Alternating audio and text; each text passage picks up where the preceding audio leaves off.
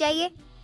दोनों पति पत्नी मिलकर दुकान की साफ सफाई करते हैं और थोड़ी देर बाद बाजार जाकर मिठाइयाँ ले आते हैं। बाजार से आते आते उनको काफी देर हो जाती है और रात को खा पीकर दोनों आराम से सो जाते हैं।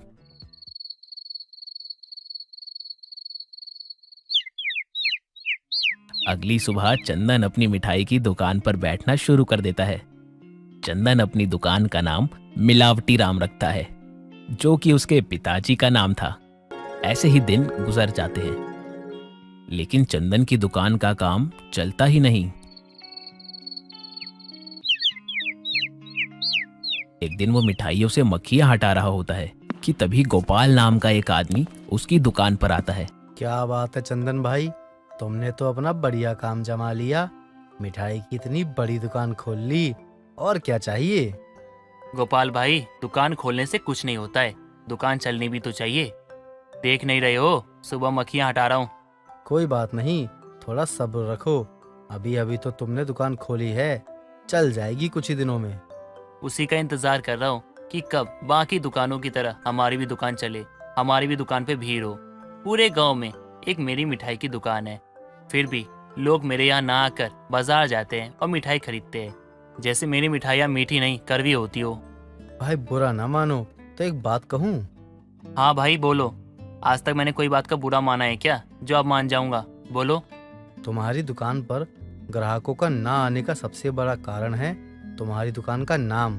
तुमने पहले ही अपनी दुकान का नाम मिलावटी मिठाई वाला रखा है, जिसे पढ़ते ही लोग वैसे ही भाग जाएंगे। गोपाल भाई, ये नाम मेरे पिताजी का है, मैंने ये दुकान उन्हीं के नाम पे खोली है। दुकान का नाम मिलावटी मिठाई वाला रख दिया तो इसका मतलब ये थोड़ी है कि मिठाइयों में मिलावट करता हूँ। अरे भाई, अब ये बात ग्राहकों को थोड़ी ना पता है, क्योंकि जो दिखता है वही बिकता है। तुम्हारी दुकान का नाम पहले ही मिलावटी मिठाई वाला है तो लोग तुम पर भरोसा कैसे करेंगे? और इस समय तो दिवाली आने वाली है, मिठाई वाले वैसे ही इतनी मिलावट करते हैं। भाई तो मैं ऐसा क्या करूँ जिससे मेरी दुकान चल जाए? तुम्हें अपनी दुकान चलाने के लिए सबसे पहले अपनी दुकान का नाम बदलना होगा, तभी कुछ हो सकता है। नहीं भाई, ये तो मैं नहीं कर सकता, ये मेरे पिताजी का नाम है। तो फिर तुम अपनी दुकान का प्रचार करो ताकि गांव के बाहर के लोगों को भी तुम्हारी दुकान का पता चल सके, तभी शायद कुछ हो जाएगा। गोपाल की बात चंदन के बिल्कुल समझ नहीं आती। अब चंदन प्रिंटिंग की दुकान पर जाता है और अपनी दुकान के नाम के पर्चे छपवा आता है, जिसे दोनों पति पत्नी मिलकर पूरे गांव में और आसपास के गांव में भी बांट आते हैं। ऐसे ही दिन बीतने लगते हैं और उनकी करी हुई मेहनत अब रंग लाने लगती है।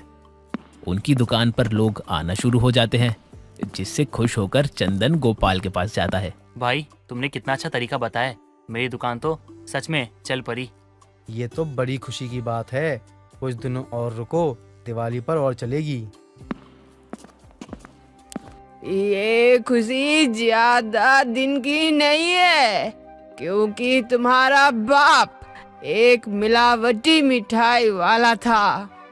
उसका नाम पूरे गांव में बदनाम था और तुमने दुकान का नाम भी उसी के नाम पर रखा है, जो कि सोने पर अभागा का काम कर रहा है।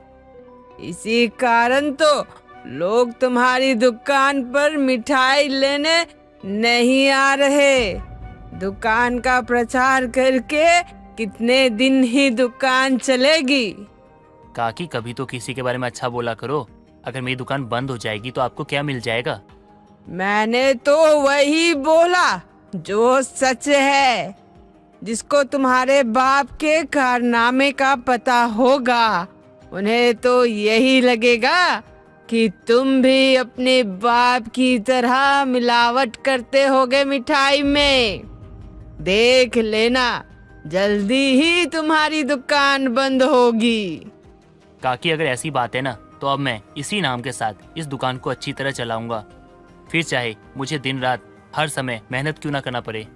चंदन वहां से लौट आता है और अपनी दुकान चलाने लगता है। धीरे धीरे दिवाली का समय पास आ जाता है, लेकिन अब चंदन की दुकान पर गिने चुने लोग ही थे, इतनी भीड़ नहीं आया करती।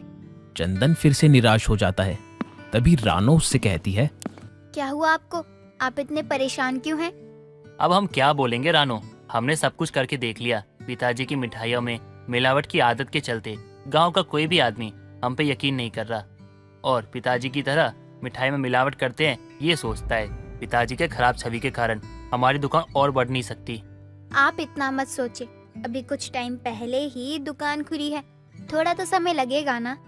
रानो, नई दुकान पे लोग ज्यादा जाते हैं, लेकिन इस मिलावटी नाम के साथ हम कुछ भी नहीं कर सकते। मुझे अपनी दुकान चलाने के साथ साथ पिताजी के नाम पे जो कलंक है उसे भी मिटाना है। उसके लिए हम एक काम कर सकते हैं, कल दिवाली है, अगर हम पूरे गांव में अपनी मिठाई फ्री में बांटें तो लोगों तक हमारी दुकान की मिठाई का स्वाद भी पता चल जाएगा और लोगों के मन में भी छपी ससुर जी की खराब छवि भी ठीक हो जाएगी। उसके बाद शायद हमारी दुकान भी चल जाए।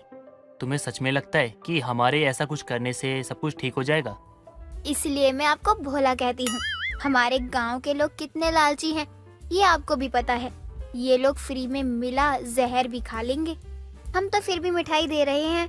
अगर इन लोगों ने मिठाई लेने से मना कर दिया या बोला कि मिठाई क्यों दे रहे हो तो? आप ना कुछ ज्यादा ही सोच रहे हैं। सबको पता है कि कल दिवाली है, इसलिए मिठाई दे रही होंगे, तो मना कोई नहीं करेगा। चंदन रानो की बात मान जाता है और दिवाली वाले दिन पूरे गांव को अपनी मिठाई फ्री में बांटता है। अब फ्री की मिठाई खाने के चक्कर में तो लोगों की भीड़ लगनी ही थी। फिर क्या, चंदन की मिठाई खाकर लोग बहुत खुश होते हैं और उसकी दुकान पूरे गांव में और आसपास के गांव में मिलावटी नाम से फेमस हो जाती है, क्योंकि उसकी मिठाइयाँ मिलावटी नहीं होती।